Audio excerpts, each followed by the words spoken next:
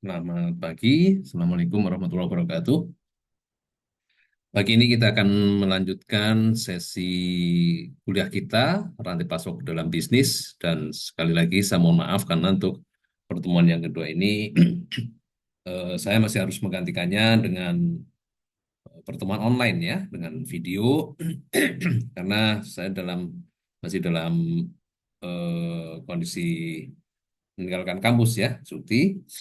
Dan saya berharap bahwa dengan video ini akan tetap tidak mengurangi bagaimana pencapaian tujuan dari pembelajaran ini ya. Anda akan memahami seluruh rangkaian atau bahasan-bahasan yang ada dalam topik kedua ini. Di pertemuan kedua ini, kita akan membahas tentang supply chain drivers and metrics ya. Jadi di sini kita akan membahas nanti tentang pengukuran-pengukuran kinerja dari supply chain.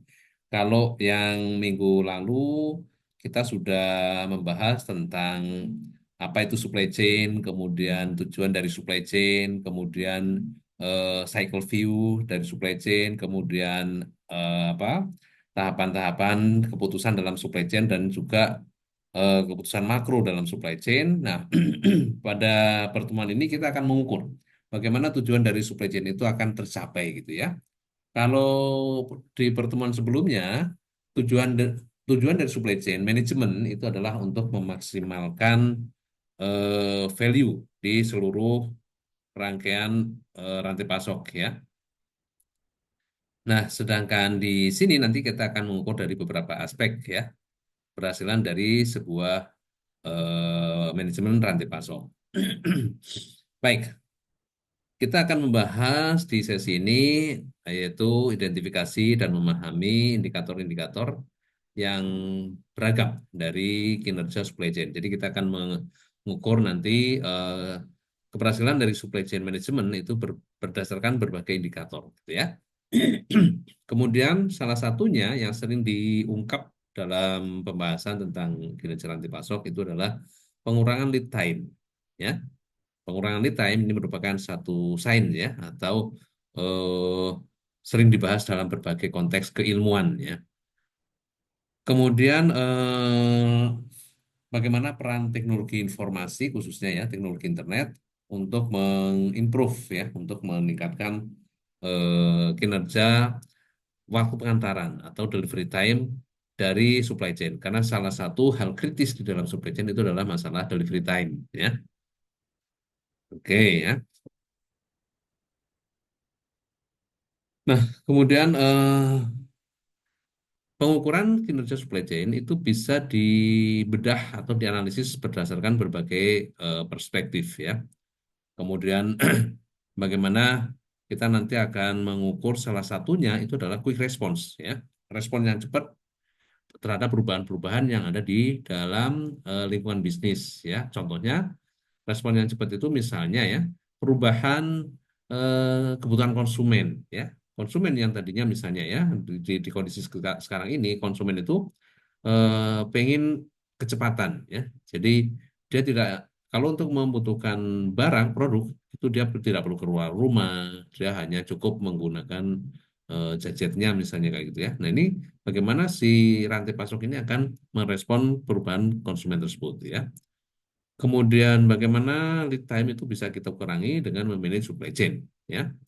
Dan bagaimana kita mensinkronize karena salah satu tantangan yang paling paling nyata dari manajemen rantai pasok itu adalah sinkronisasi antar proses di dalam rangkaian rantai pasok. Karena apa? Karena proses rantai pasok itu kan melibatkan banyak entitas gitu ya. Baik, banyak perusahaan-perusahaan itu belajar ya, belajar dari interaksi dengan supplier, customer dan juga pesaing gitu ya. Pelajaran yang didapat dari interaksi dengan supplier itu apa saja? Ya, contoh misalnya ya, di minggu lalu sudah kita contohkan ada sebuah bisnis ya solar system ya. Ketika berinteraksi dengan supplier ya, dia membutuhkan komponen solar cell misalnya ya. Awalnya itu menggantungkan pada distributor ya, tapi berdasarkan pengalaman dia penggunaan teknologi informasi ya kemudian jalur-jalur yang dia pelajari, maka dia bisa akses langsung kepada pabrikan. Sehingga dia bisa order langsung kepada pabrik di negara Cina misalnya kayak gitu ya. Nah, ini interaksi dengan supplier itu mendorong pada improvement dari kinerja rantai pasok, yaitu dengan memutus distribusi dari material ya. Itu bisa menghemat cost sehingga bisa memaksimalkan profit. Nah, itu contoh interaksi dengan supplier. Ya, interaksi dengan supplier itu juga nanti akan membangun sebuah hubungan dengan supplier yang harmonis ya. Misalnya apa, just in time. Nah, nanti just in time itu kita diskusikan sendiri ya. Dengan interaksi yang bagus, maka antara OEM dengan supplier itu bisa membangun komunikasi untuk pemenuhan order yang sedemikian rupa ya, sehingga bisa terwujud just in time. Contohnya apa? Contohnya antara Astra Toyota Astra Motor ya dengan supplier bannya misalnya ya. Itu just in time itu bisa terwujud karena adanya interaksi dengan supplier yang saling belajar ya. Kemudian interaksi dengan customer juga juga bisa membangun improvement ya bagi OEM. Ya, contohnya apa? Contohnya hubungan yang baik dengan customer itu nanti akan bisa mendorong perusahaan untuk memperbaiki sistemnya, ya, sistem delivery-nya, kemudian pengembangan produk baru berdasarkan masukan dari customer-nya, ya. Sistem delivery-nya misalnya seperti apa? Ya, misalnya penggunaan order yang secara langsung seperti yang dilakukan oleh Dell ya.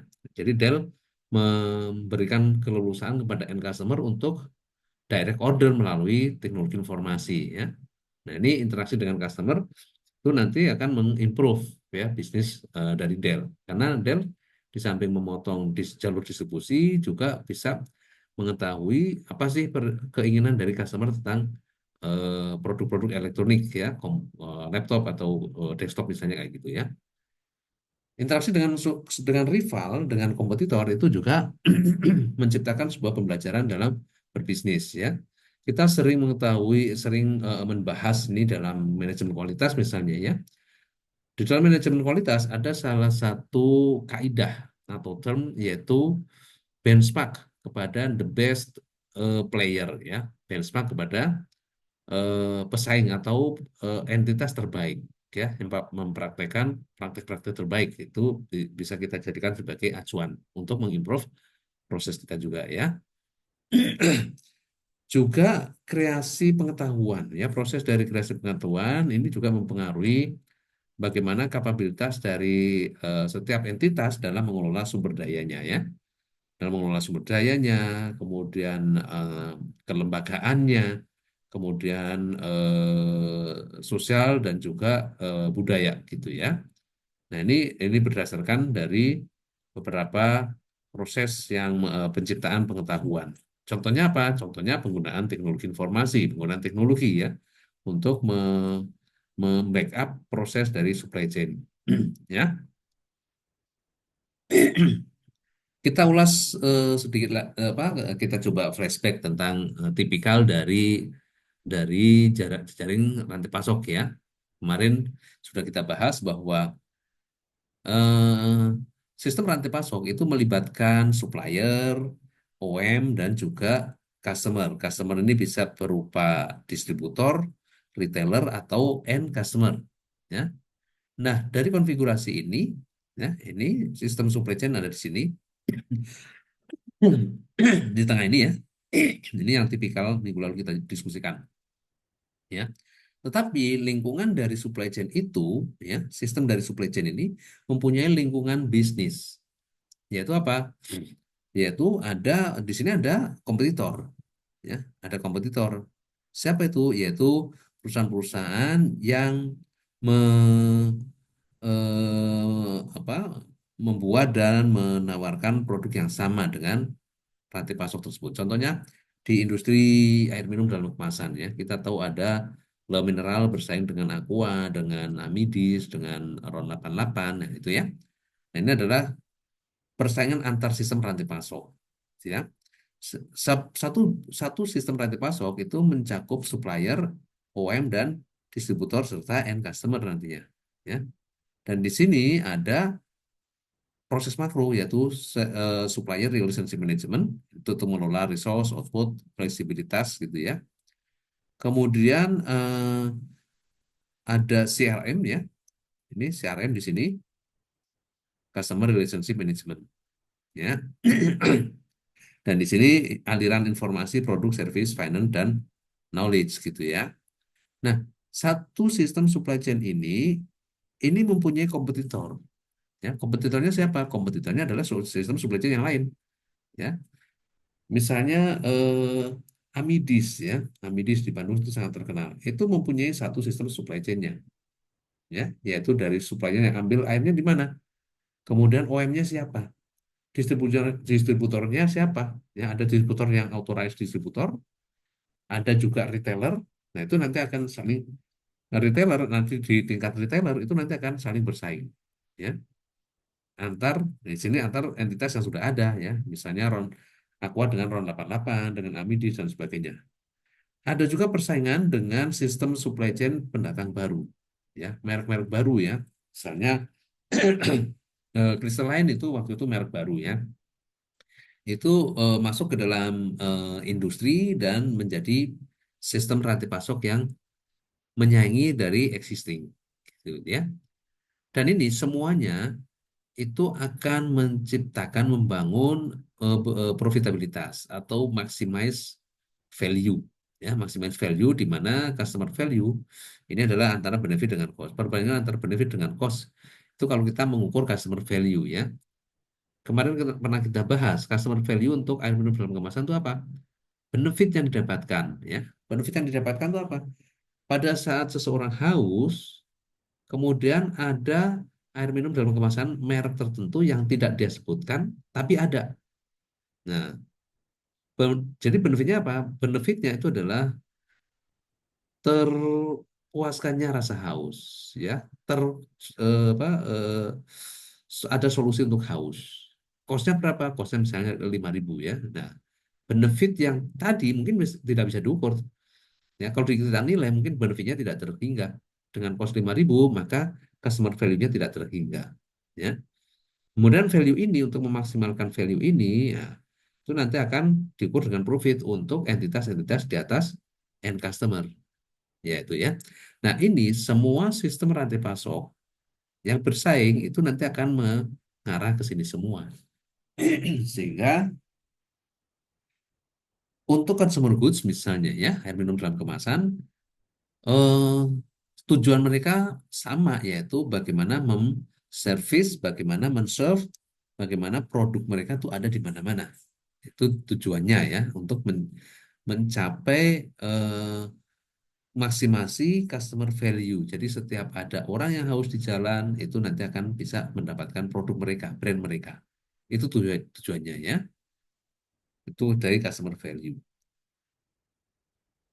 Nah, kemudian persaingan antar sistem rantai pasok ini, persaingan dari sisi kapasitas informasi, kompetensi inti, modal, dan sumber daya manusia ya. Yang mereka kelola itu adalah resources, ya, sumber daya, output, fleksibilitas, dan aspek-aspek kinerja supply chain yang lain. Nah, itu yang dikompetisikan di area supply chain, gitu ya. Oleh siapa? Oleh setiap sistem rantai pasok, ya. Jadi setiap brand itu nanti mempunyai sistem rantai pasoknya sendiri. Tuh. Oke, kembali lagi tentang apa itu supply chain. Ya, supply chain terprotes sebagai perpaduan dari tiga elemen yaitu deskripsi, preskripsi, dan trend. Nah ini ya. Kemudian kita sudah mendefinisikan bahwa supply chain itu adalah flow, aliran, material, dan produk dari mulai supplier yang paling hulu sampai ke end customer yang paling hilir. Itu definisi dari supply chain. Ya, supply chain management itu adalah bagaimana aliran itu kita manage. Kemudian ada juga yang mendefinisikan value chain. Ya, value chain atau jejaring nilai itu merupakan integrasi proses makro. Ya, dari marketing, desain, supply, dan juga customer. Ya. Nah, Minggu lalu juga sudah kita bahas bahwa supply chain management ini mencakup korporat-korporat, perusahaan-perusahaan yang berkolaborasi. Untuk apa? Untuk meningkatkan posisi strategik untuk memaksimalkan value ya di seluruh entitas. Nah, di sini ada juga yang mendefinisikan untuk mengimprove operating efficiency. Operating efficiency pada ujungnya juga akan meleverage maximum value, gitu ya. Nah, ini supply chain management ini menjadi isu kritis ya sampai sekarang ini ya, dan ini diakui bahwa salah satu strategi yang jitu untuk memenangkan persaingan itu adalah bagaimana membangun supply chain yang kuat gitu ya. Itu untuk senjata persaingan di dalam bisnis ya. Karena apa? Customer itu selalu berubah. Customer saat ini semakin cerdas dan semakin demanding ya, menuntut mereka. Dan misalnya kemajuan teknologi menuntut mendorong mereka untuk menuntut bahwa untuk mendapatkan sebuah produk itu tidak harus ke toko, tidak harus ke lokasi penjualan, tapi hanya cukup di rumah produk bisa didapatkan. Nah, kita sebagai entitas yang ada di dalam supply chain, bagaimana menyikapi hal ini? Ya, e-commerce misalnya ya, perkembangan terkini e-commerce misalnya. Ya, sebagai brand holder ya, kita yang mau punya brand harus bisa memanfaatkan sarana e-commerce ini. Apakah kita nitipkan kepada marketplace atau kita membuat jejaring sendiri, ya, otomatis nanti akan ada ikutannya ya. Kita harus mengelola gudangnya, kita harus mengelola inventorinya dan sebagainya.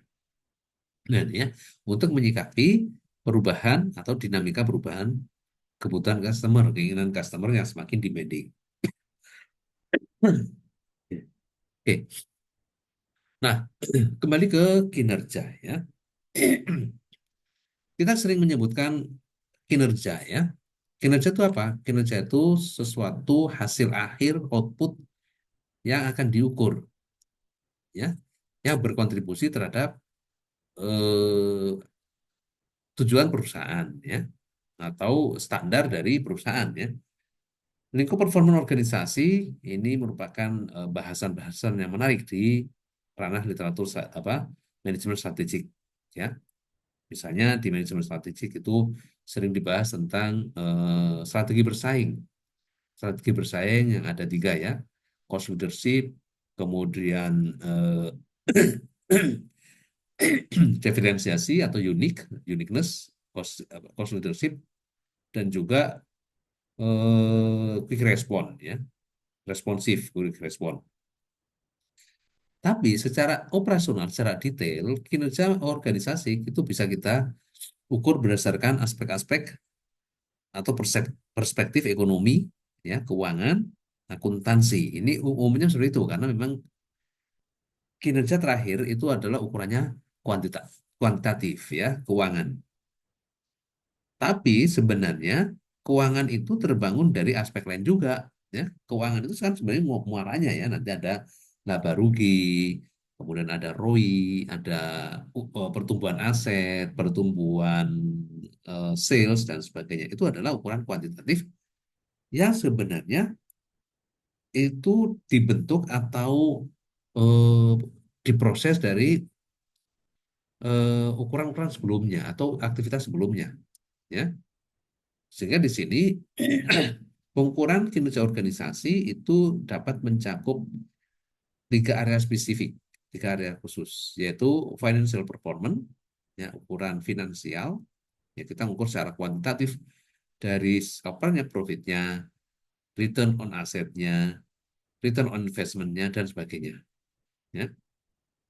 Yang kedua, kita bisa mengukur kinerja organisasi atau ukuran yang kedua ya. Jadi ukurannya itu simultan ya, keuangan, kemudian produk market performance ya, kinerja diukur dari pasar. Kita bisa mengukur dari sisi sales, market share dan sebagainya ya, kepuasan customer ya. Jadi kita ukur berapa salesnya, berapa pertumbuhan salesnya. Itu adalah ukuran market atau sales ya. Kita mengukur berapa market share yang kita dapatkan untuk periode tertentu. Itu juga dari ukuran dari sisi market dan sales ya. Kemudian juga bagaimana kepuasan customer terhadap produk kita. Itu juga ukuran dari market atau sales. Ya. Dan juga bisa kita ukur berdasarkan shareholder return. Ya. Bisa berbentuk total shareholder return, ya misalnya dividen, kemudian perbandingan antara dividen dengan harga sahamnya, kemudian nilai tambah ekonomis yang didapatkan oleh para shareholder, gitu ya. Dan ukuran kinerja perusahaan. Jadi kalau kita mengukur kinerja perusahaan itu setidaknya mencakup tiga aspek utama, ya, yakni melingkupi ukuran finansial, pasar, proses internal, dan juga pembelajaran dan pertumbuhan. Nah, ini salah satu model pengukuran kinerja yang lebih komprehensif ya. Jadi mengukur empat dimensi, yaitu keuangan, kemudian marketing and sales, kemudian proses internal, kemudian pembelajaran dan pertumbuhan. Ini diakui sampai sekarang itu merupakan pengukuran kinerja perusahaan yang paling komprehensif. Ya, meskipun secara teknis itu agak agak rumit, agak menuntut effort yang besar untuk melakukan pengukuran ini gitu ya. Jadi, performance itu adalah hasil terakhir dari seluruh aktivitas bisnis, ya. Nah, dalam mengevaluasi performance, ini penekanannya ini adalah pada bagaimana perilaku organisasi saat ini, ya, perilaku atau tanggapan atau sikap organisasi terhadap keefektifan dan keefisienan dan efisiensi dari proses, ya, itu ya. Jadi, kinerja itu bisa kita kita ukur sebenarnya secara garis besar itu adalah efektivitas dan efisiensi. Efektivitas itu apa? Efektivitas itu adalah bagaimana kita mampu men-serve, bagaimana kita mampu mensatisfy customer. Ya. Kebutuhan customer kan macam-macam. Kayak kemarin kita bahas di pertemuan pertama ya, kebutuhan customer itu misalnya yang paling basic itu dari sisi waktu, jumlah, lokasi, ya. Kemudian nanti yang lain-lain ada kualitas, ada harga dan sebagainya, ya. Nah, dari sisi waktu, jumlah dan lokasi ini, bagaimana kita mampu memenuhi? Kalau itu terpenuhi, maka efektif, ya efektif. Kemudian untuk efektif ini menuntut juga atau apa namanya ya, mengadres pada operasional yang harus kita hitung juga efisiensinya. Contohnya apa? Kalau pengukuran yang efektif, maka Aqua itu harus ada di mana-mana, ya, karena customer itu demanding, nggak mau tahu apa yang ada di situ, dia akan beli untuk memuaskan rasa dahaganya, gitu ya. Nah itu efektif, ya. Jadi untuk efektif, Aqua itu harus ada di mana-mana. Masalahnya untuk efektif ini perlu cost, ya. Ini kita bicara efisiensi. Jadi kalau efektif itu diukur dari sisi kepuasan pelanggan, kalau efisiensi itu diukur daripada cost, diukur dengan cost, ya. Untuk membawa Aqua kemana-mana sehingga efektif, ya, maka harus melibatkan banyak distributor, ya, banyak entitas. Nah, ini efisien atau enggak? Kalau melibatkan banyak entitas, maka ini akan mengurangi profit, ya, atau menimbulkan cost distribusi, itu ya. Nah, kalau cost distribusi meningkat, maka akan mengurangi efisiensi.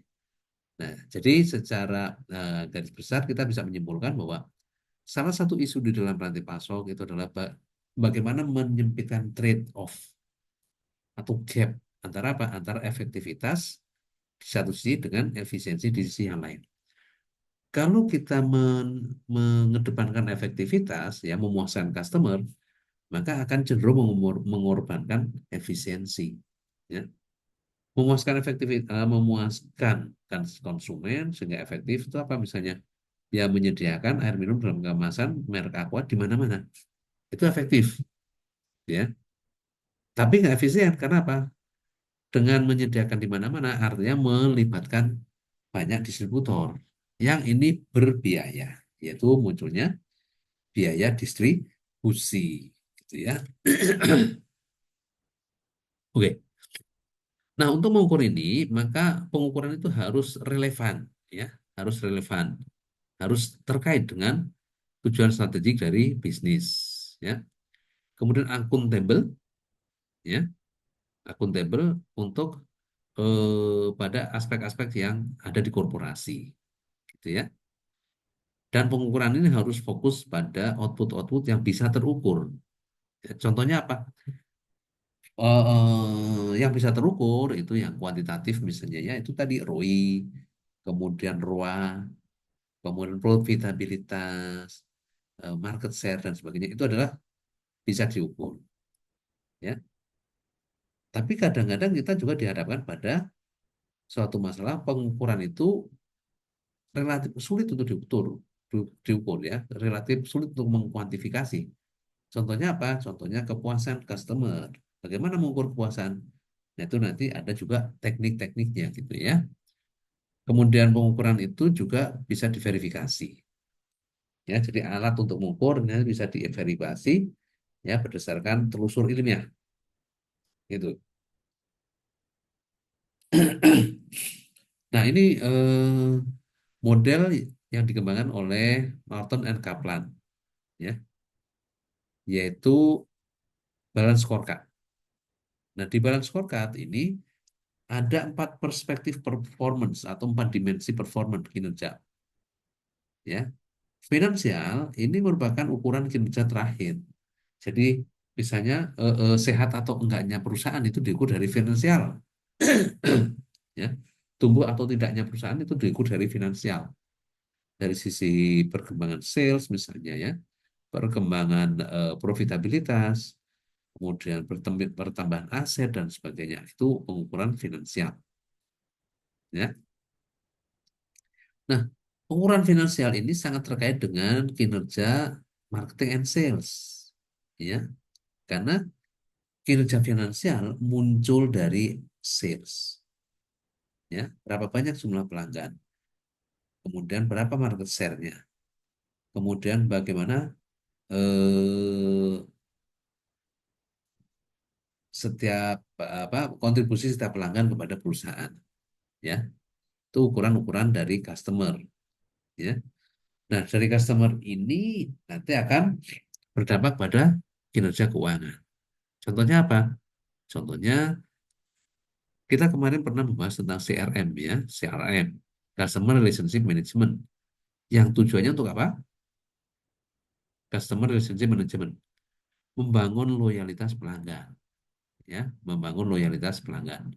Nah, ini ada di ranah pengukuran customer. Customer yang loyal itu nanti akan mendatangkan atau menambah revenue. Ya, karena dia akan berbelanja ulang pada brand kita, pada produk kita. Itu nanti akan menambah revenue. Customer yang loyal itu juga akan membangun market baru, ya, turut terlibat di dalam market baru, yaitu dengan ikut apa namanya, mempromosikan produk kita, ya, itu customer yang loyal atau word of mouth, ya. Jadi dengan adanya promosi dari customer yang loyal, ya, dan loyalitas itu dibangun dengan CRM-nya, maka nanti akan datang pelanggan baru. Ya, pelanggan baru itu nanti akan menghasilkan finansial ya profit atau sales revenue gitu ya. Jadi sales revenue ini tidak terlepas dari kinerja dari sales atau marketing ya. Kemudian kita juga akan mengukur di sini internal bisnis proses ya, proses bisnis internal. Kita kemarin sudah membahas tentang proses makro supply chain ya. Ada customer relationship kalau downstream, supplier relationship kalau upstream, dan internal supply chain. Ya. Internal supply chain ini membahas bagaimana integrasi antar proses bisnis di dalam internal korporasi. Contohnya apa? Contohnya kalau pada fase tertentu ya di bisnis itu kan ada order ya. order itu dilakukan dengan manual misalnya ya sebelumnya. Ya, kita bisa bayangkan order dilakukan dengan manual, misalnya dikirim melalui eh, apa kurir misalnya ya, dikirim melalui fax. Ini adalah cara-cara kuno ya. Nah, yang sekarang gimana? Yang sekarang bisnis proses untuk kepentingan supply chain itu diotomasi ya. Jadi otomasi maksudnya gimana? Misalnya gini ya. Kalau kita bicara ERP ya, rangkaian bisnis proses. Setiap ada order dan pengiriman order produk, itu nanti akan berdampak pada stok ya. Sehingga misalnya kita mengirimkan 1.000 box air minum dalam kemasan ke Buah Batu dari gudang Padalarang. 1.000 box pada tanggal 5 Oktober. Dampaknya apa? Begitu 1.000 box dikirim, ya berarti ada penjualan, maka gudang akan terkurangi 1.000 box. Ya, kalau gudang terkurangi, maka kita harus melakukan replenishment, pengisian ulang. Nah, untuk pengisian ulang, itu kita harus melakukan produksi kan, ya. Nah, untuk melakukan produksi, kita butuh material, gitu ya. Nah, bagaimana improvement terhadap internal business process, ya? Kalau kita menggunakan apa namanya, menggunakan otomasi, ya, misalnya platform untuk ERP gitu ya. Begitu ada sales, maka sales akan mengenerate atau sales itu akan mendeploy kebutuhan apa pengurangan inventory. Kemudian penjadwalan replenishment. Replenishment ini nanti akan mendorong pada munculnya rencana produksi. Rencana produksi akan mendorong munculnya kebutuhan material. Nah, kalau itu bisa diotomasi, ini berarti ada perbaikan bisnis proses internal. Ya.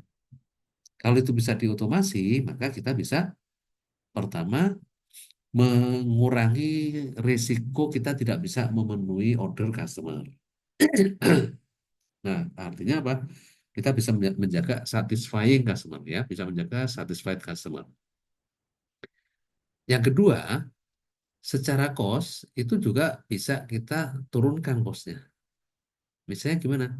Dengan adanya otomasi ini, otomasi proses bisnis, maka kita bisa menakar, kita bisa memanage inventory kita, ya. Tidak terlalu banyak, tidak terlalu sedikit, sehingga biaya inventory itu akan menjadi berkurang. Ya. Biaya inventory berkurang itu akan menurunkan biaya produksi.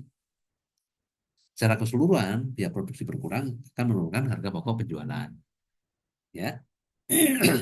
Penurunan harga pokok penjualan itu bisa mendorong kita untuk bermain di ranah kompetisi ya dengan memberikan harga yang lebih murah karena kita bisa menghemat cost atau memaksimalkan profit jika kita tetap berada pada harga industri. Nah, dampak akhirnya apa? Dampak akhirnya adalah ke keuangan, ya, profitabilitas yang tinggi. Kinerja juga bisa diukur dengan perspektif learning and growth, ya. Learning and growth, jadi perusahaan itu harusnya kan selalu belajar, ya.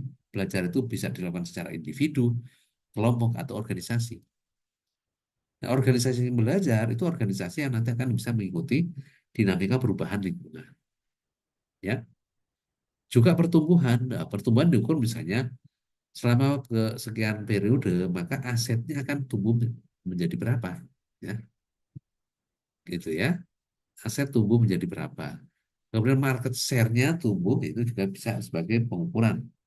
Kemudian kecerdasan dari para karyawan, ya, karyawan yang apa sebelumnya tidak dilatih, kemudian dilakukan pelatihan, maka dia akan lebih produktif, gitu ya. Ya, semuanya ini nanti akan bermuara pada kinerja finansial, gitu ya. Itu konsep balance scorecard seperti itu.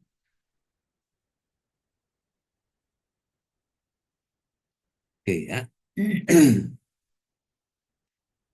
Bagaimana sebuah perusahaan itu mengukur ya.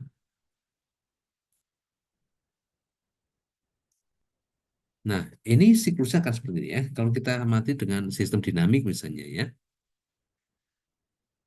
di awal kita apa di basicnya ya, basicnya kita akan mengukur bagaimana learning and growth, salah satu dimensi dari kinerja organisasi ya.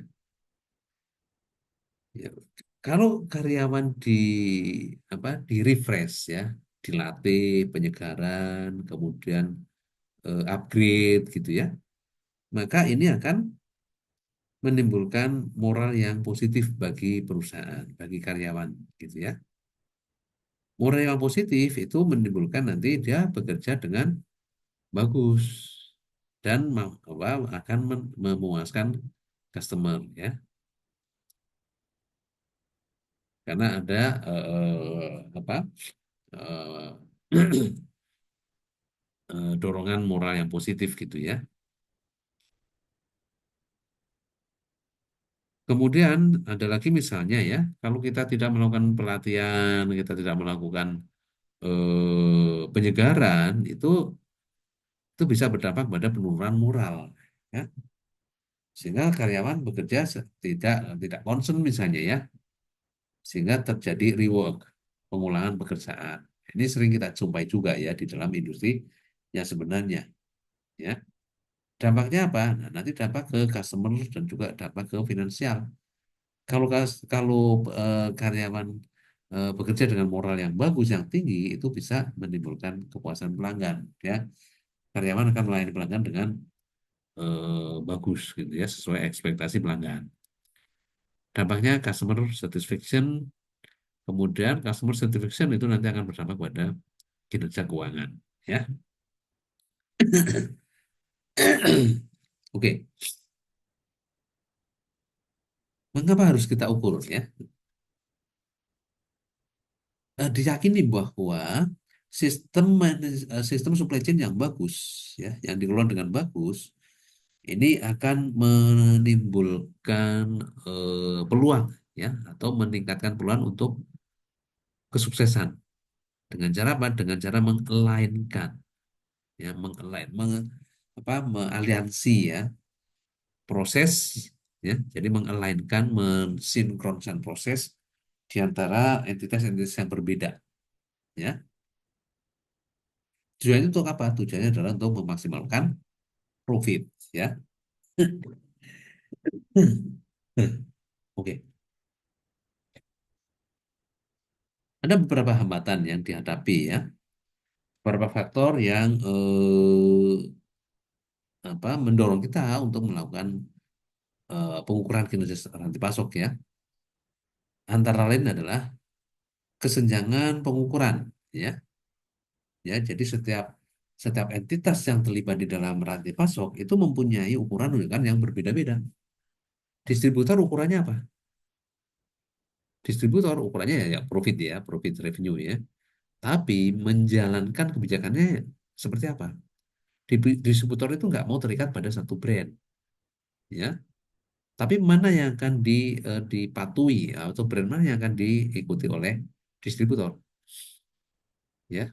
Secara logis, distributor itu akan mengikatkan diri pada brand-brand yang memang secara demand itu tinggi, ya. Sehingga kontribusi terhadap profitnya distributor itu juga tinggi, ya. Itu berbeda dengan OM. Ya, kalau OM ukurannya apa? OM ukurannya adalah bagaimana produknya itu bisa dikirimkan, bisa didistribusikan secara luas, gitu ya. Nah, ini beda dengan distributor. Distributor itu hanya akan mendistribusikan produk-produk yang brandnya sudah dikenal oleh publik, oleh customer, gitu ya. Kemudian kebutuhan untuk mengukur secara internal, ya, dan memahami atau pengukuran dalam perspektif yang beragam dari supply chain. Kemudian bagaimana interrelasi ya, keterhubungan antar entitas di dalam kerangka supply chain ya. Itu juga kita pakai untuk mengukur kinerja rantai pasok, kemudian kompleksitas manajemen rantai pasok dan kebutuhan untuk mengelainkan, mensinkronkan aktivitas dan berbagi kinerja secara bersama ya. berbagi kinerja. Maksudnya tuh harusnya setiap entitas di dalam rantai pasok, sistem rantai pasok itu tidak mengedepankan tujuan atau tidak egois ya untuk tujuan masing-masing. Karena apa? Kalau egois itu nanti akan ada kecenderungan sistem itu tidak berjalan dengan normal ya. Distributor nggak mau mendistribusikan air minum tertentu karena insentifnya kecil misalnya. Dia akan memilih mendistributori brand-brand yang secara demand memang tinggi dan memberikan insentif yang lebih. Nah, ini harus kita sikapi, gitu ya. Idealnya sih sama-sama berkepentingan gitu. Oke. Jadi apa pengukuran dan bagaimana mengukurnya? Umumnya pengukuran kerja rantai pasok ini menggunakan dua model, yaitu biaya dan kombinasi antara biaya dengan daya tangkap terhadap pelanggan. Ya, ada yang melakukan pengukuran itu hanya dengan satu single performance measure, ya, satu faktor tunggal, yaitu yang concern pada cost. Ya, jadi kinerja rantai pasok itu diukur hanya dengan perspektif cost. Tapi framework yang baru ini di samping cost itu juga resource, ya, resource. Jadi melibatkan pengukuran itu ada resource atau cost, ya, kemudian output. Output itu bagaimana kita responsif terhadap customer, ya, output. Bagaimana kita memuaskan customer, kebutuhan customer. Sedangkan resource, jadi kategorinya itu adalah resource, itu mengukur cost-nya, kemudian output, ukur dari sisi customer perspektif, dan fleksibilitas. Ya, fleksibilitas itu adalah bagaimana sistem rantai pasok itu fleksibel, ya, bereaksi terhadap perubahan dinamika bisnis. Pengukurannya seperti ini ya. Tipe pengukuran itu resource, ya. Tujuannya apa? Tujuannya adalah untuk mencapai efisiensi yang tinggi, ya, mencapai efisiensi yang tinggi. Jadi penggunaan resource secara efisien. Alasannya apa? Manajemen resource yang efisien ini merupakan titik kritis untuk penciptaan profitabilitas. Ya, kita kemarin sudah coba diskusikan ya. Profit itu apa? Profit itu selisih antara total revenue dengan total cost. Ya, itu resource. Contohnya apa? Contohnya adalah kalau kita misalnya mengelola persediaan, ya, persediaan itu bagian dari operation ya, yang kita concern pada cost. Ya, untuk mengantisipasi penjualan atau demand di periode tertentu, maka kita harus menyediakan, kita harus ada stok. Ya, suatu ketika keputusan kita tentang stok itu meleset, ya, jadi stoknya terlalu banyak. Akhirnya apa? Nggak efisien, mengurangi profit karena apa? Karena cost yang terlalu banyak itu, ya apa? Inventory yang terlalu banyak itu menimbulkan cost of inventory. Ya, menimbulkan cost of inventory sehingga nanti akan menambah biaya produksi, menambah harga pokok penjualan. Ya, oleh karena itu harus efisien, ya. Misalnya apa? Misalnya penggunaan manajemen inventory yang apa, mengacu pada forecast demand, ya. Itu nanti bisa menurunkan ketidakpastian inventory. Terlalu rendah inventory itu berdampak pada kepuasan konsumen, ya. Efektivitasnya tidak tercapai. Ya, ini diukur dari sisi output, yaitu pelayanan customer yang maksimal, ya, level tinggi. Caranya apa? Ya, itu tadi misalnya kita menyediakan produk, apa, inventory dalam jumlah yang cukup, meskipun nanti akan trade off dengan efisiensi. Ya, alasannya apa? Alasannya tanpa output yang disepakati dengan customer oleh customer, customer itu bisa pindah ke lain sistem rantai pasok, gitu ya. Atau customer tidak akan setia, gitu. Karena apa? Karena low level service. Flexibility ini berkaitan dengan kemampuan entitas merespon perubahan lingkungan, ya. Merespon perubahan lingkungan. Contohnya apa? Contohnya kayak ya yang dilakukan oleh supplier atau pabrikan solar system, ya. Lingkungan berubah, teknologi teknologi order, e-commerce itu sudah sangat maju, maka dia nggak perlu lagi distributor, misalnya kayak gitu, ya.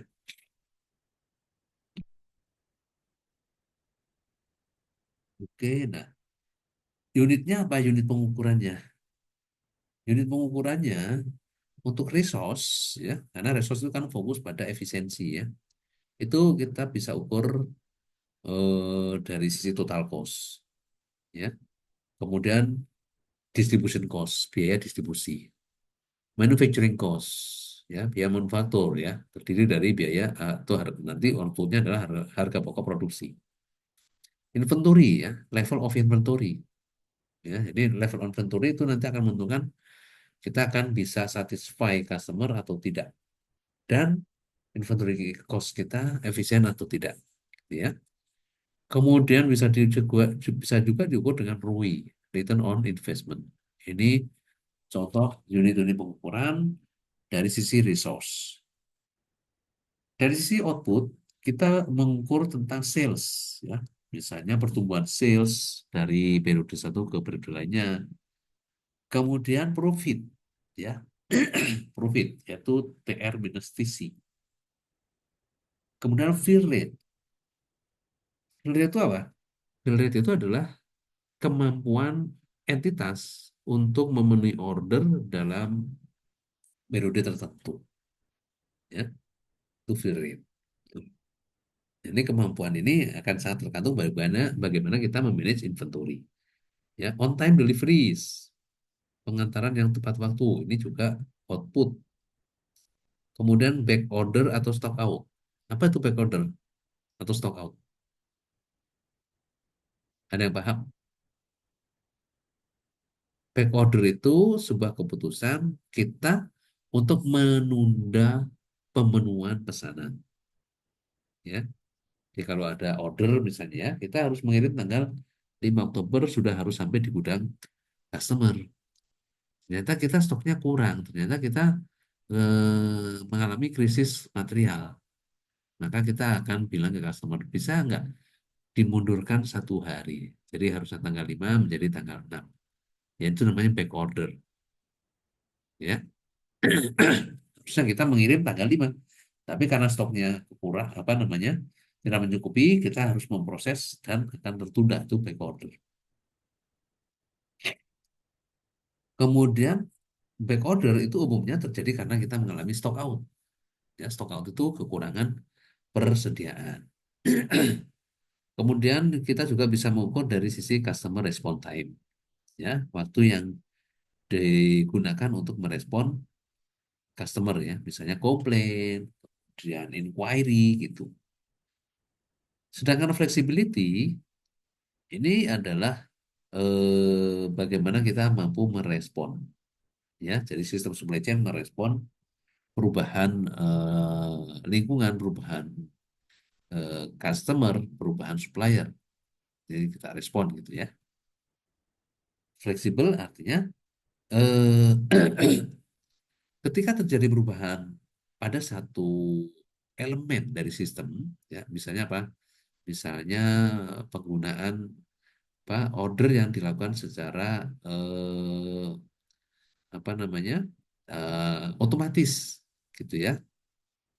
Jadi karena bisnis sudah kompleks, sudah banyak, persaingan juga banyak, maka kita juga harus memikirkan bagaimana mengotomasi proses, ya.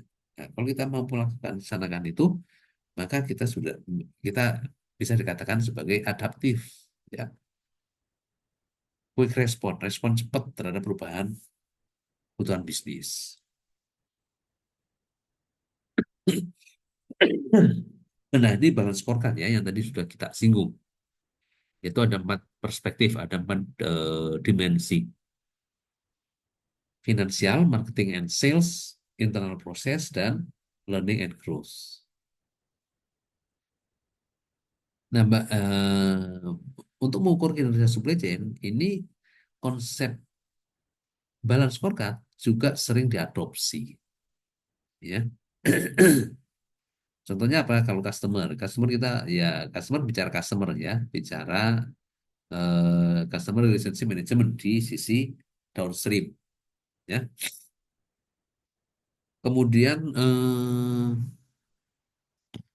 artinya apa? Artinya kita mampu mensatisfy order dari customer ya, secara waktu, kuantitas, kemudian lokasi dan juga kualitas gitu ya, spesifikasi produk dan sebagainya, tidak rusak dan sebagainya.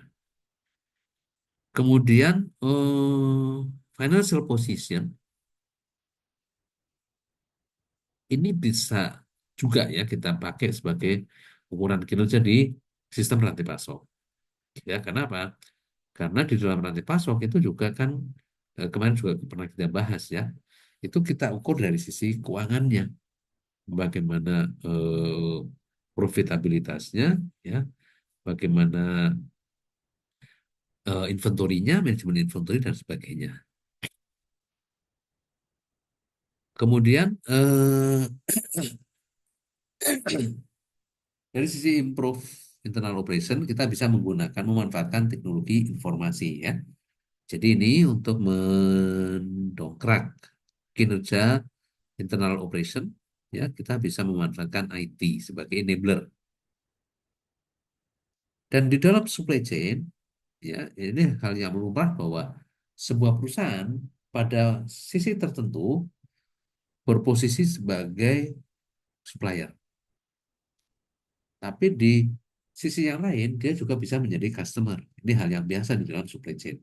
Ya, oke.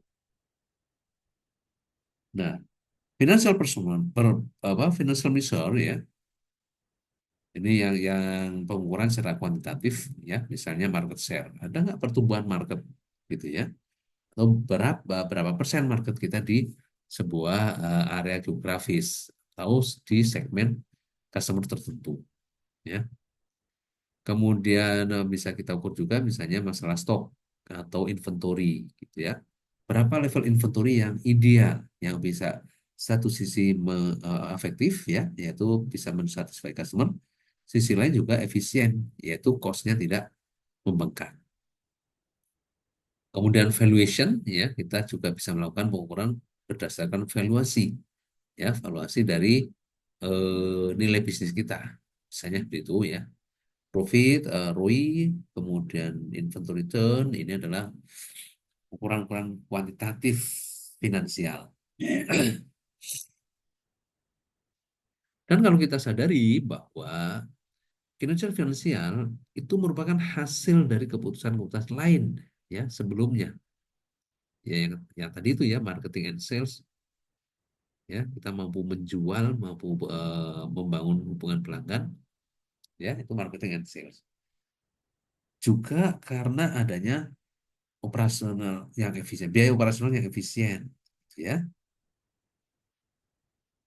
Nah, operasional di sini merupakan ukuran non finansial yang sangat bagus untuk mengukur kesehatan proses. Ya, ini yang finansial ya. Sedangkan yang operasional non finansial itu misalnya pengukuran cycle time. Apa itu cycle time? Masih ingat yang minggu lalu? Cycle time itu adalah waktu yang diperlukan untuk merilis order sampai dengan menerima produk atau material yang kita order. Itu cycle time. Kemudian yang non finansial yang lain itu adalah customer service level, ya. Customer service level, ya level pelayanan pelanggan. Secara kuantitatif itu bisa diukur dengan order fill rate, ya, yaitu rata-rata kemampuan kemampuan perusahaan untuk memenuhi order pada periode tertentu itu order rate, ya. Misalnya kita sebagai OM, ya, brand holder minum dalam kemasan merek tertentu ya. Dalam satu periode 1 bulan misalnya ya. ada sekian ratus order, ya. Taruhlah 150 order satu dalam satu bulan, ya. Nah, dari 150 order dengan beragam eh, apa tuntutannya, misalnya waktunya yang berbeda, kuantitasnya, lokasinya, ya. Dari 150 order ini, berapa yang mampu kita penuhi, baik dari sisi waktu, kuantitas, dan juga lokasi, ya, tepat sesuai dengan yang diharapkan oleh pelanggan. Misalnya, mungkin dari 150 itu tidak semuanya bisa kita penuhi dari sisi waktu, kuantitas, dan lokasi. Ya, kita misalnya melakukan back order untuk untuk order tertentu, misalnya ada 3 order yang kita back order. Pak, mohon maaf ya, telah 1 hari nggak apa-apa. Pak, Bu, mohon maaf, telah 1 hari nggak apa-apa. Misalnya dari 150 itu ada 3 yang back order, tidak mampu kita penuhi secara tepat waktu, tepat jumlah, tepat lokasi. Ya, nah berarti 3/150 itu yang tidak terpenuhi. Jadi berapa order fill rate-nya? Order fill rate-nya itu adalah 147/150. Itu order fill rate. Ya.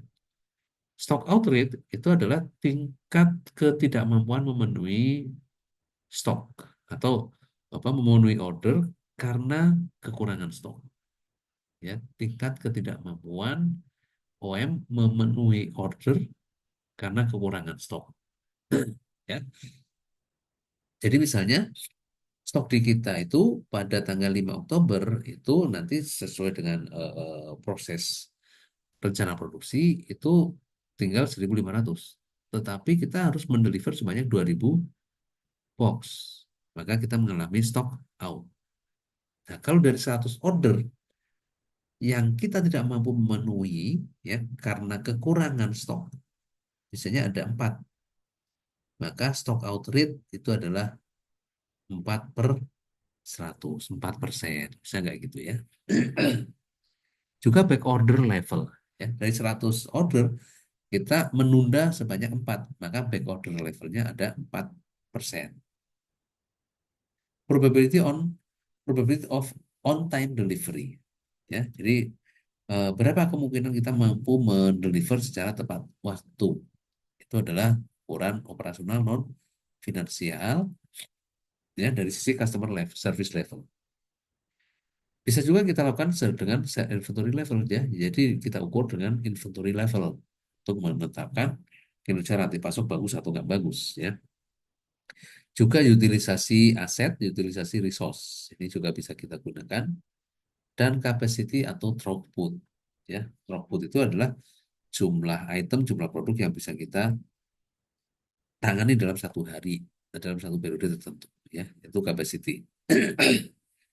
Kalau di gudang misalnya jumlah item yang bisa disimpan di gudang pada periode tertentu, itu capacity atau throughput.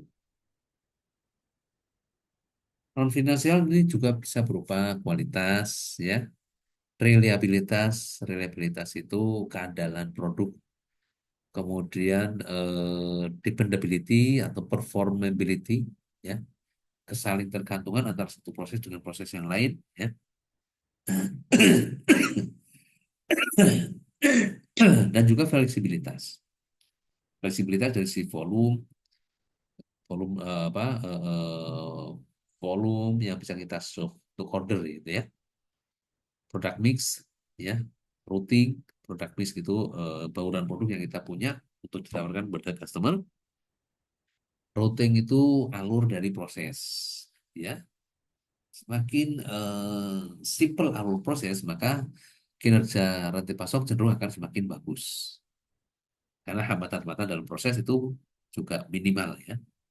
Dan delivery time, ya, waktu untuk mendeliver. Ini pengukuran-pengukuran operasional non finansial. Quick response supply chain yang seperti apa? Ya, ini bisa terwujud misalnya tergambar dalam minimal cycle time, ya, cycle time yang rendah.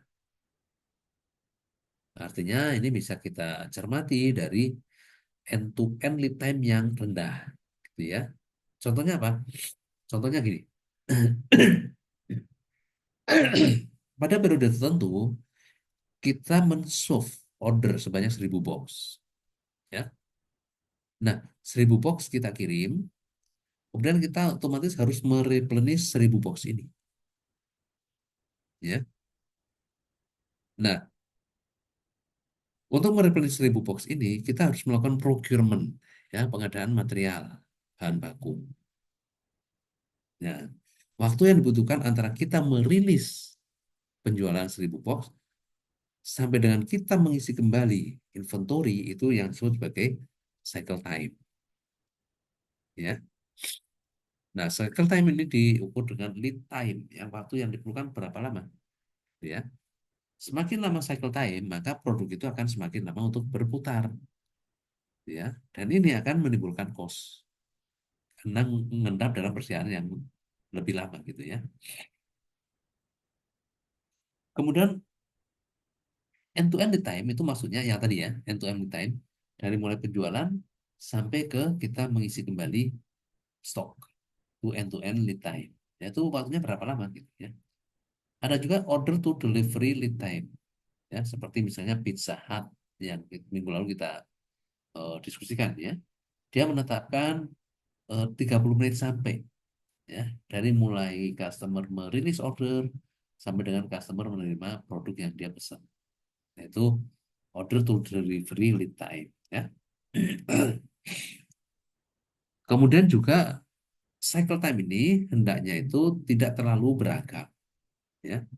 Jadi cycle time ini yang paling bagus itu adalah berada pada satu rentang gitu ya. Misalnya rata-rata cycle time-nya 3 hari, 2 hari gitu ya. Yang nggak bagus yang mana? Yang nggak bagus yang spread-nya besar atau standar deviasinya besar gitu ya. Itu nggak bagus. Kemudian yang perlu dilakukan dalam quick response itu adalah bagaimana kita mensinkronize ya proses di antara tahapan-tahapan dalam rantai pasok ya. Misalnya mensinkronisasikan antara eh, kebutuhan kita akan supply material tertentu ya dengan penjualan. Contoh yang sangat bagus yang kemarin pernah kita singgung itu adalah bagaimana sinkronisasi antara Toyota Astra Motor dengan Bridgestone ya. Nah, yang melahirkan just in time ya. Sinkronisasinya berapa? Jadi ada hubungan yang terminus antara Toyota Astra Motor dengan Bridgestone misalnya ya. Nah, hubungan yang bagus ini menimbulkan kesaling percayaan, trust ya. Toyota Astra Motor trust kepada Bridgestone, Bridgestone trust kepada Toyota Astra Motor. Nah, dengan trust ini maka setiap kali Toyota Astra Motor merencanakan, membuat master rencana produksi itu sebagian ya khusus untuk pengadaan ban itu dibuka kepada Bridgestone. Sehingga Bridgestone bisa membaca, oh misalnya Jumat minggu depan Astra akan memproduksi Avanza sebanyak 100 unit. Jumat minggu depan jam 10. Nah itu bisa dibaca oleh Bridgestone. Ya. Nah, karena sistemnya sudah sinkron, berat, maka ya Jumat minggu depan jam 10 assembly 100 unit ya Avanza ya. Bridgestone akan mengirimkan sebanyak 100 kali 5 ban tepat pada saat ban ini mau dipasang. Nah, itu yang namanya just in time. Jadi just in time itu pemenuhan order tepat pada saat produk itu kan di assembly dibutuhkan. Dampaknya apa? Bagi Toyota Astra Motor, dampaknya adalah meminimalkan inventory cost atau menzerokan inventory cost. Nah, itu just in time. Biaya inventory zero. Karena apa? Karena material datang tepat pada saat mau diproduksi. Jadi tidak ada persediaan. Kemudian bagi supplier dampaknya apa? Bagi supplier dampaknya kepastian permintaan. Itu ya, sinkronisasi di antara stage yang beragam.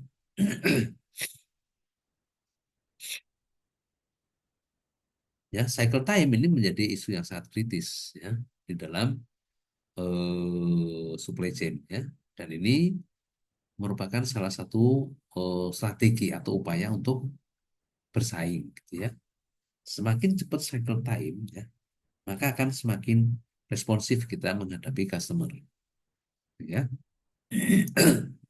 Semakin cepat kita menghadapi customer, semakin cepat respon time kita ya, maka akan meningkatkan kepuasan customer ya. Semakin cepat cycle time itu juga akan menurunkan inventory kayak tadi yang dilakukan oleh Bristol ya. Zero inventory. Ya, jadi reduce inventory, kemudian juga reduce obsolete ya, mengurangi keusangan produk atau keusangan material. Karena ya tadi ya, eh, just in time, kemudian order yang direspons secara cepat gitu ya, dan juga meningkatkan kualitas. Nah, lead time itu bisa dari aktivitas procurement itu ada lead time-nya ya. Jadi waktu yang diperlukan kita mengirim order sampai kita menerima material dari supplier itu procurement lead time. Manufacturing lead time itu waktu dari mulai order produksi dirilis dikirim sampai produksi itu menghasilkan produk sesuai order, gitu ya. Distribution lead time itu waktu yang diperlukan untuk mendistribusi, logistik lead time yang waktu diperlukan untuk menyimpan, mengangkut, setup time yang waktu yang diperlukan untuk men-setup mesin. Jadi di manufaktur ini dikenal ya. Jadi setiap kali mau memproduksi itu mesin harus di setup. Nah, berapa lama waktu yang dibutuhkan untuk setup mesin? Waiting times ini adalah waktu yang diperlukan untuk menunggu. Ini juga salah satu hal yang kritis di dalam rantai pasok. Ya. Kemudian decision making dan juga synchronize time. Yaitu waktu-waktu yang dihitung atau yang kita concern pada pengurangan lead time-nya. Oke. Ini ada little law ya.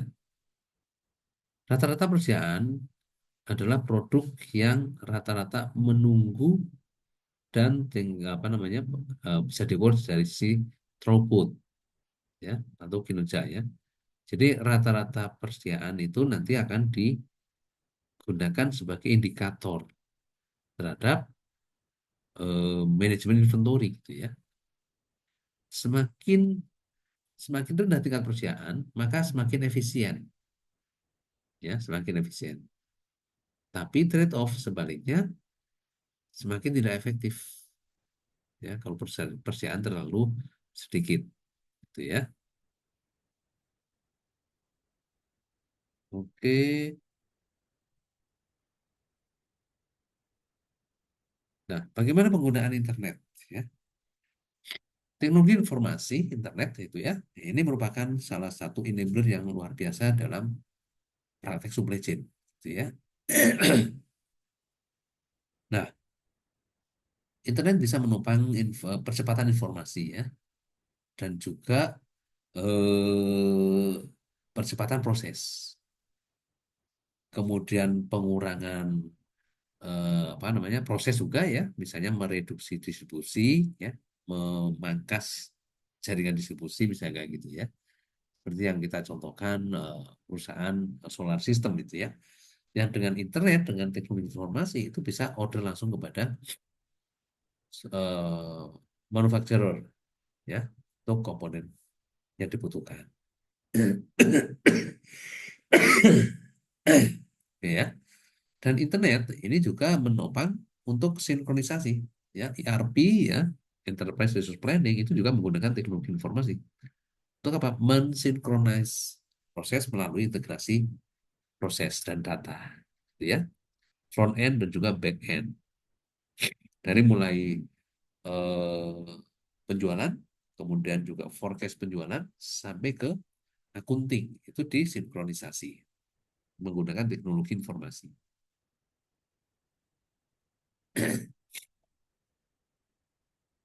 Kemudian ada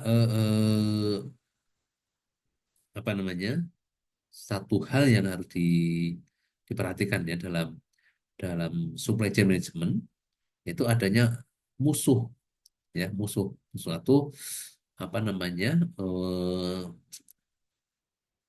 yang sering muncul itu ya sering muncul yang harus dipecahkan yaitu adanya variabilitas. Variabilitas itu apa?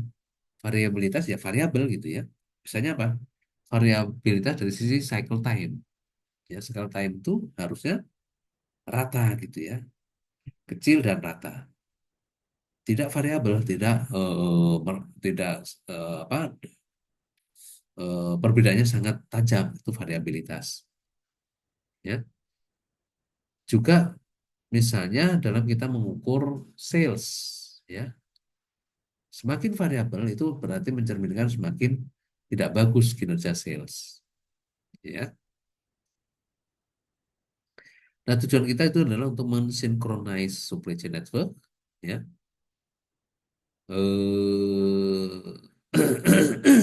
Bagaimana kalau kita mengamati apa lomba balap ya balapan mobil ya racing ya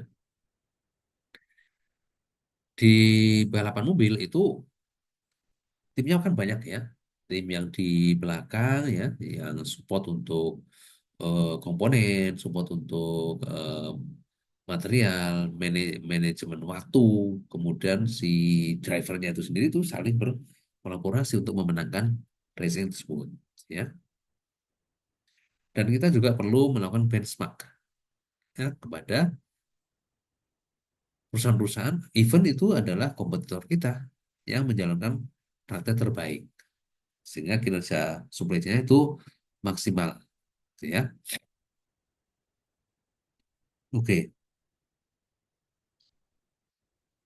contoh misalnya ya, ini kalau kita amati bagaimana proses di dalam supply chain dari mulai procurement, ya, memesan raw material, ya, kemudian material datang, kemudian kita proses di fabrikasi.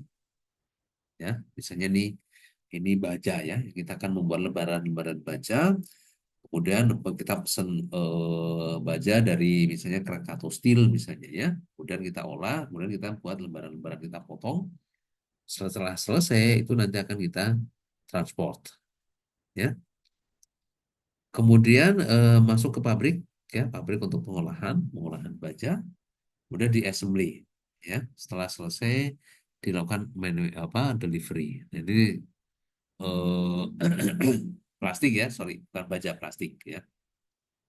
Ini proses atau alur secara tipikal garis besarnya seperti ini. Mulai procurement bahan plastik, kemudian dibuat lembaran plastik, kemudian dicetak menjadi produk-produk yang setengah jadi atau produk jadi, dikirim. Ya. Kemudian masuk ke pabrik lagi, ini barang setengah jadi berarti ya, seed fabrication. Nah, ini contoh sederhana dari pabrik plastik. Nah, ini Six Sigma ya, ini pernah dibahas di manajemen kualitas. Ini proses yang memperhatikan kesalahan dalam apa namanya sebuah sistem mutu yang memperhatikan kesalahan dalam proses ya bahwa setiap kali proses itu tidak boleh lebih tidak boleh melebihi 3,4 kesalahan ya untuk setiap 1 juta proses ya. Jadi eh, apa kesalahan yang ditolerir untuk 1 juta proses itu hanya 3,4 berarti berapa persen ya 0,000 sekian persen gitu ya itu toleransi terhadap variabilitas. Oke kemudian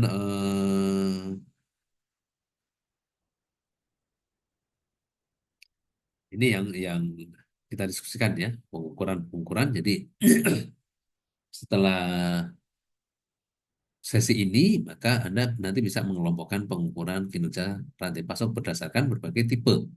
Ya, tadi ada 3 yaitu resource, resource, output, dan fleksibilitas. Ya, resource itu berkaitan dengan bagaimana kita beroperasi secara efisien, ya, beroperasi secara efisien. Ini kaitannya dengan penggunaan resource kita. Kenapa resource kita eh, apa jadikan sebagai salah satu indikator, ya, atau salah satu tolok ukur kinerja? Karena penggunaan resource yang efisien itu menjadi titik kritis untuk memaksimalkan profit. Yang kedua output, ya. Output itu mengukur bagaimana kita mampu mensatisfy customer. Kenapa ini dijadikan sebagai tolok ukur? Karena kepuasan customer itu sangat kritis juga, ya. Customer yang puas itu nanti akan loyal. Ya, syarat menjadi loyal itu puas. Ya, sedangkan customer yang tidak puas itu nanti akan berpindah kepada sistem rantai pasok yang lain, gitu ya, menjadi concern makanya, ya. Dan customer yang puas itu sangat besar pengaruhnya terhadap kinerja keuangan. Fleksibilitas adalah kemampuan kita untuk beradaptasi dengan perubahan lingkungan, termasuk perubahan dinamika perubahan perilaku customer. Ya, ini contoh bagaimana integrasi proses untuk aktivitas sales, ya, aktivitas sales. Nah, ini integrasi proses dari mulai ada order, ya, ada order, kemudian kita akan melayani order ini misalnya, ya. Ini dimulai dari, atau ini rangkaian prosesnya, ya. Sales order management. Ini proses dari mulai ya, kalau ada order dari customer misalnya, ya, kita akan cek dari sisi dari inventorinya tersedia atau enggak barangnya, ya, untuk memenuhi order misalnya tanggal sekian, lokasi di mana, sebanyak sekian. Nah, kita akan cek inventory kita, ya. Kemudian nanti kita akan melakukan entry terhadap sales order, ya. Kemudian eh, kalau misalnya produknya available, artinya inventory mencukupi, maka kita akan melakukan proses untuk pick, ya, melakukan picking, ya, melakukan picking, order pick ke gudang, ya. Gudang berdasarkan order picking itu nanti akan melakukan pick up, ya, dan pengiriman, ya, siapkan di area pengiriman, kemudian nanti akan kita kirim, konfirmasi pengiriman, ya. Setelah dikirim kita akan mencetak invoice tagihan kepada customer, kirimkan kepada customer, ya. Kemudian nanti tagihan ini akan menjadi dasar kita untuk melakukan update terhadap sales, ya. Oke, tagihan dikirim, customer sudah confirm, maka akan muncul akun receivable. Di sini ini bagian dari gudang, logistik dan gudang, ya, atau supply chain. Di sini marketing, ya. Di sini gudang, di sini transportation, ya, di sini accounting. Nah, ini untuk satu proses sales ini ternyata melibatkan banyak entitas yang harus sinkronis, ya. Bagaimana kalau ternyata inventory-nya tidak mencukupi? Nah, kita melakukan back order, ya, back order. Meskipun ini dampaknya juga nggak bagus back order, ya, penundaan. Nah, ini contoh integrasi seperti ini, ya. Di sini melibatkan satu sales order, melibatkan sales, logistik atau supply chain, ya. Di dalamnya ada juga gudang, satu, dua, terus apa namanya, keuangan, tiga. Ini satu sales, ya, itu integrasinya seperti itu. Itu topik bahasan kita pada malam ini, pada siang ini, ya. Mudah-mudahan bisa menginspirasi Anda untuk memahami tentang eh, pengukuran kinerja rantai pasok, ya. Terima kasih dan sekali lagi mohon maaf untuk ketidaknyamanan karena belum bisa onsite, ya. Assalamualaikum warahmatullahi wabarakatuh.